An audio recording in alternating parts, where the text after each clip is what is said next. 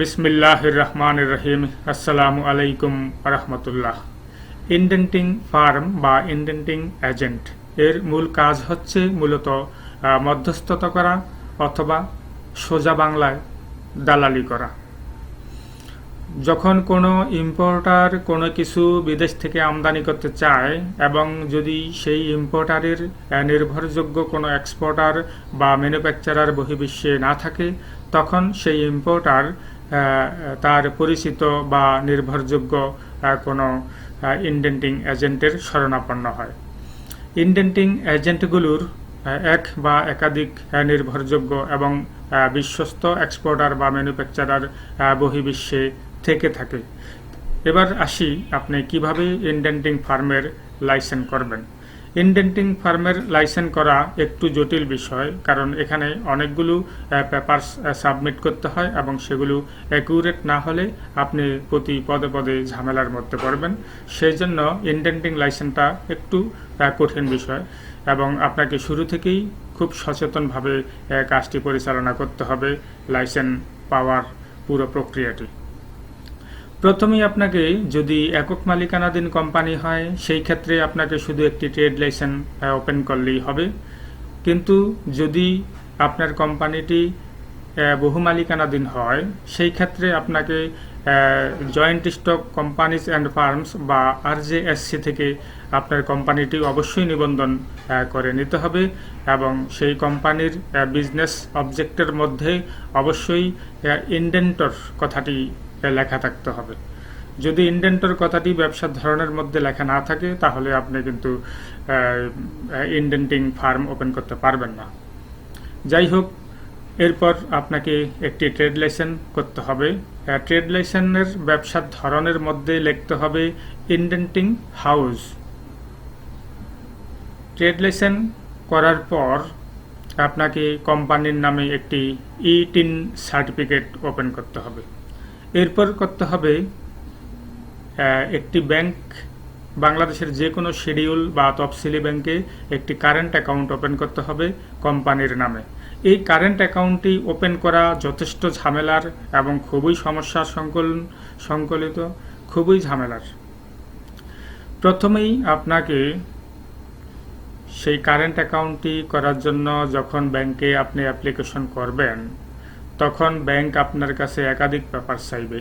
এর মধ্যে এক নম্বর যেই পেপারস আপনাকে দিতে হবে সেটি হচ্ছে যে বাহিরের এক্সপোর্টার বা ম্যানুফ্যাকচারার যে আপনার মাধ্যমে, অর্থাৎ আপনার ইনডেন্টিং ফার্মের মাধ্যমে বাংলাদেশে এক্সপোর্ট করবে, সেই মর্মে আপনাকে দুইজনের মধ্যে একটি চুক্তিপত্র, এটা এক্সপোর্টারের প্যাডের উপর লিপিবদ্ধ করতে হবে এবং সেই এক্সপোর্টার আপনাকে কী পরিমাণ কমিশন দিবে সেটাও সেখানে লেখা থাকে। অর্থাৎ আপনাদের দুইজনের মধ্যে একটি চুক্তিপত্র সম্পাদিত হয়েছে, এরকম তথ্য সম্বলিত এগ্রিমেন্ট আপনার কারেন্ট অ্যাকাউন্ট যেখানে ওপেন করবেন সেখানে জমা করতে হবে।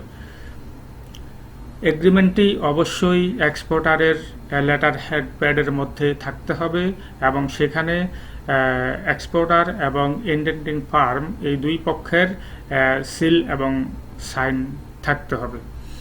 এরকম আপনি যতটি এগ্রিমেন্ট জমা দিবেন, অর্থাৎ যতগুলো এক্সপোর্টারের সাথে আপনার কথাবার্তা হয়েছে, প্রত্যেক এক্সপোর্টারের অনুকূলে একটি একটি করে এগ্রিমেন্ট আপনার ব্যাংকে জমা দিতে হবে এই ইনডেন্টিং ফার্মের কোম্পানির নামে অ্যাকাউন্ট ওপেন করার সময়।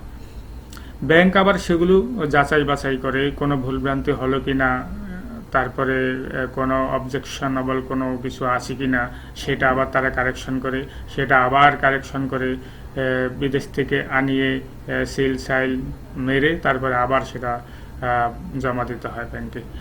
এখন এই যে এগ্রিমেন্ট আপনি জমা দিলেন, ধরুন আপনি দুইটি বা তিনটি কোম্পানির সাথে করা এগ্রিমেন্ট ব্যাংকে জমা দিলেন, এর বাইরে কোনো কোম্পানি থেকে আপনি মাল ইম্পোর্ট করতে পারবেন না।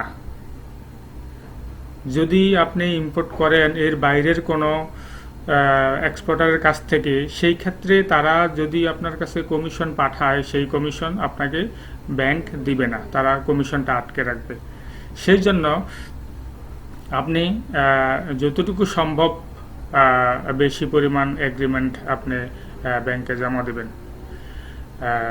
এরপরও যদি কিছু এগ্রিমেন্ট বাকি থেকে থাকে, নতুন কোনো কোম্পানির সাথে যদি আপনার বা এক্সপোর্টারের সাথে যদি আপনার নতুন করে কোনো চুক্তিপত্র হয়, সেই ক্ষেত্রে সেই কোম্পানির সাথে করা নতুন এগ্রিমেন্ট আবার ব্যাংকে জমা দিয়ে দিতে হবে।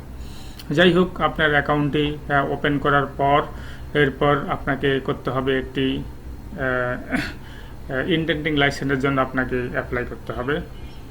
ইনডেন্টিং লাইসেন্সের জন্য আপনাকে অ্যাপ্লাই করতে গেলে সেখানেও আপনাকে ট্রেড লাইসেন্স, E-TIN সার্টিফিকেট, যদি লিমিটেড কোম্পানি হয় তাহলে মেমোরেন্ডাম, তারপরে ইনকর্পোরেশন সার্টিফিকেট, ফর্ম 12, তারপরে বিদেশিদের সাথে করা এগ্রিমেন্ট, এগুলো সব আপনাকে জমা দিতে হবে।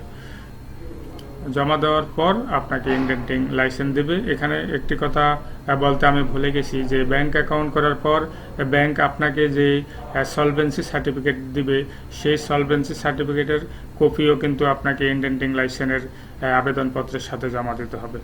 এরপর ইনডেন্টিং লাইসেন্স ওপেন ইস্যু হবে। ইনডেন্টিং লাইসেন্স ইস্যু হওয়ার পর আপনাকে একটি ভ্যাট করতে হবে। তবে ভ্যাট ইনডেন্টিং ফার্মের জন্য ভ্যাট রিটার্ন সাবমিট করা প্রযোজ্য নয়, ওটা ওয়ান টাইম ইস্যু। আপনি শুধুমাত্র একবারই ভ্যাটটি ওপেন করবেন এবং সেটার আর কোনো ধরনের নবায়ন বা রিটার্ন কিছুই সাবমিট করতে হবে না। এটা ইনডেন্টিং ফার্মের জন্য ভ্যাট মওকুফ। শুধু একটি লাইসেন্স করে রাখলেই হবে, ভ্যাট রেজিস্ট্রেশন করে রাখলেই হবে, সেটা নবায়নের বা রিটার্ন সাবমিটের কোনো দরকার হবে না। এরপর সমস্ত পেপারসগুলো নিয়ে যেতে হবে আপনাকে বাংলাদেশ ব্যাংকে। বাংলাদেশ ব্যাংকে গিয়ে আপনাকে ইনডেন্টিং ফার্ম হিসেবে কাজ করার জন্য তাদের কাছে অনুমতি চাইতে হবে। এরপর বাংলাদেশ ব্যাংকে সমস্ত পেপারসগুলো যেগুলো আমি আগে বলেছি সেগুলি সব বাংলাদেশ ব্যাংকে জমা দিতে হবে। জমা দেওয়ার পর বাংলাদেশ ব্যাংক আপনাকে ইনডেন্টিং করার জন্য পারমিশন দিবে। সেখানে দুই ধরনের পারমিশন আছে। একটি হচ্ছে কন্ডিশনাল পারমিশন, যেটি 6 মাস বা 1 বছরের জন্য পারমিশন দিয়ে থাকে। এরপর আপনি কেমন কাজ করতে পারেন, আপনার অ্যাক্টিভিটিস কেমন, তা দেখার পর পরবর্তীতে সেটি নবায়ন করবে। যদি তারা সন্তুষ্ট না হয় আপনার কর্মকাণ্ডে, তাহলে সেটা ওখানেই স্থগিত করে দেবে। দ্বিতীয়টি হচ্ছে general permission. General permission one time issue, এটা আর কোনোদিন নবায়ন করতে হবে, কিন্তু এটা চলতেই থাকবে কন্টিনিউ। জেনারেল ইনডেন্টিং ফার্ম সেটা সুতরাং লাইসেন্স করার সময় অবশ্যই জেনারেল পারমিশন নেওয়ার চেষ্টা করবেন এবং সেটি সবচেয়ে ভালো। আর কন্ডিশনালটি নিতে গেলে সেটি আবার সময় বাড়ানোর জন্য অনেক ঝামেলার মুখোমুখি হতে হয়, নানান ধরনের প্রশ্ন করে, এবং সব টার্মস কন্ডিশন সঠিকভাবে পূরণ করতে পেরেছেন কিনা সেটিও তারা দেখে। সেটাতে নতুন করে পারমিশন পাওয়ার ব্যাপারে একটা রিস্ক থেকে যায়। সেজন্য যেভাবেই হোক জেনারেল পারমিশন নেওয়ার চেষ্টা করবেন।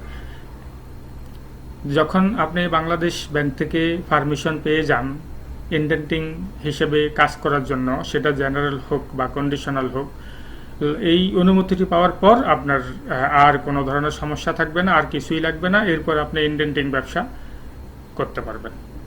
ধন্যবাদ সবাইকে।